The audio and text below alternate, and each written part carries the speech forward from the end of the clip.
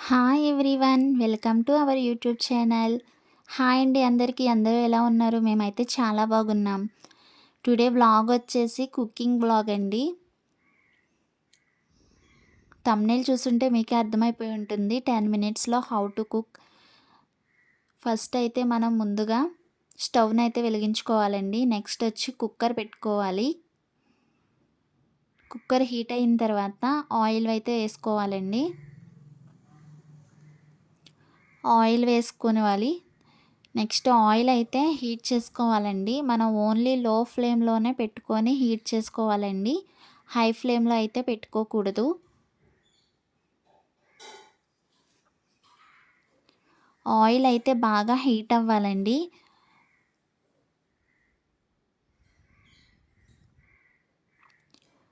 Oil బాగా heat అయిన తర్వాత మనమైతే పోపు దినుసులు అయితే తీసుకోవాలి.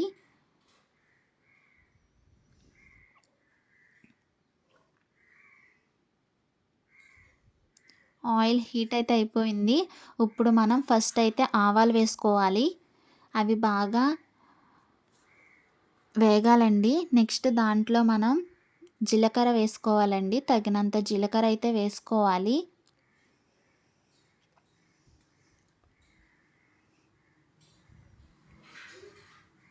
మనం సిమ్‌లోనే పెట్టుకోవాలండి. లో ఫ్లేమ్‌లో పెట్టుకొని అవి వేయించుకోవాలి.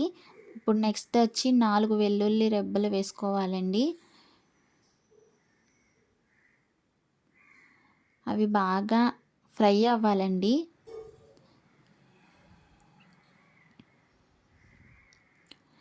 అవి బాగా ఫ్రై అయిన తర్వాత నెక్స్ట్ వచ్చి 4 ఎండుమిర్చి వేసుకోవాలండి.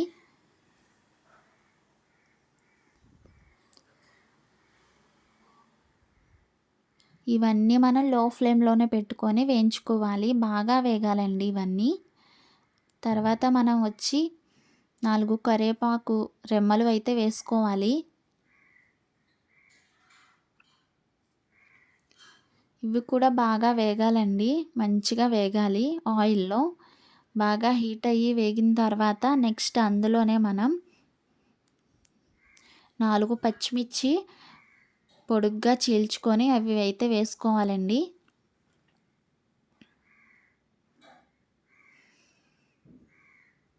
అందులోనే ఇప్పుడు మనం ఆనియన్ అయితే వేసుకోవాలి. ఆనియన్ కూడా మనం సన్నగా పొడుగ్గా కట్ చేసుకోవాలండి. పొడుగ్గా కట్ చేసుకొని అవిది కూడా వేసుకోవాలి. ఆనియన్ కూడా వేసుకోవాలండి.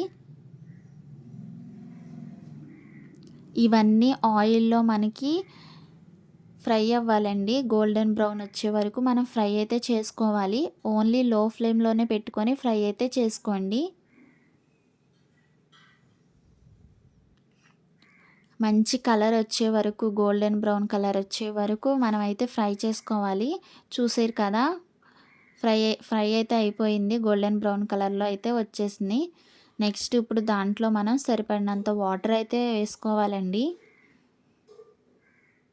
నాకైతే 1 గ్లాస్ అయితే సాలలేదండి వాటర్. ఇంకా అందుకనే కొంచెం ఎక్స్ట్రా వాటర్ అయితే పోసుకుంటున్నాను.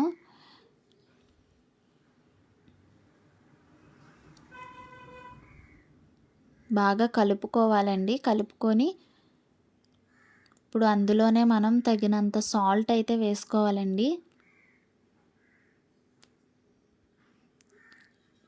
ఉప్పు వేసుకునే వాళ్ళైతే ఉప్పు వేసుకోవచ్చండి. సాల్ట్ అయితే సాల్ట్ వేసుకోవచ్చు. నెక్స్ట్ అందులోనే మనం సరిపడినంత పసుపు అయితే యాడ్ చేసుకోవాలి. ఇప్పుడు బాగా కలుపుకోవాలండి. మంచిగా కలుపుకొని లో ఫ్లేమ్‌లో పెట్టుకొని మనం దాన్ని మగ్గనివ్వాలి. బాగా అది బాయిల్ అయితే అవ్వాలండి వాటర్. ఒక 5 మినిట్స్‌కి అదైతే చాలా బాగా బాయిల్ అయిపోయిందండి.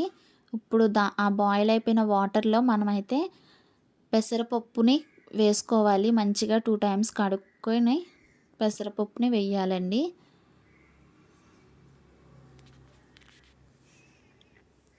క్వాంటిటీని బట్టి వేసుకోవాలండి.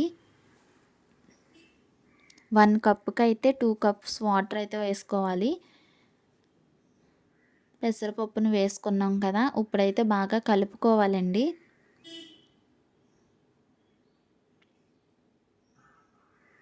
బాగా కలుపుకొని ఒక 10 మినిట్స్ అయితే కుక్ చేయాలి.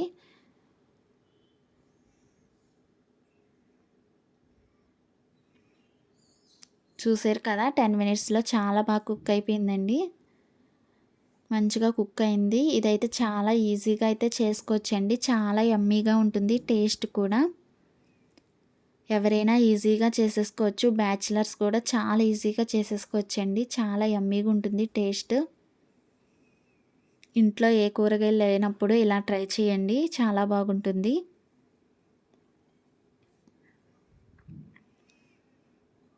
మనకైతే కంప్లీట్ అయిపోయిందండి.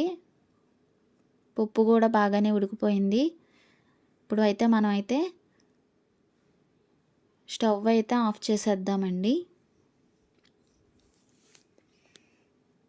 నెక్స్ట్ వచ్చి పప్పుని ఒక బౌల్‌లో తీసుకుందాం. చూసారా ఎంత బావుందో? ఇప్పుడు టేస్ట్ టైమ్ అండి. మంచిగా టేస్ట్ చేసి టేస్ట్ అయితే ఎలా ఉందో చెప్పేస్తాను మీకు.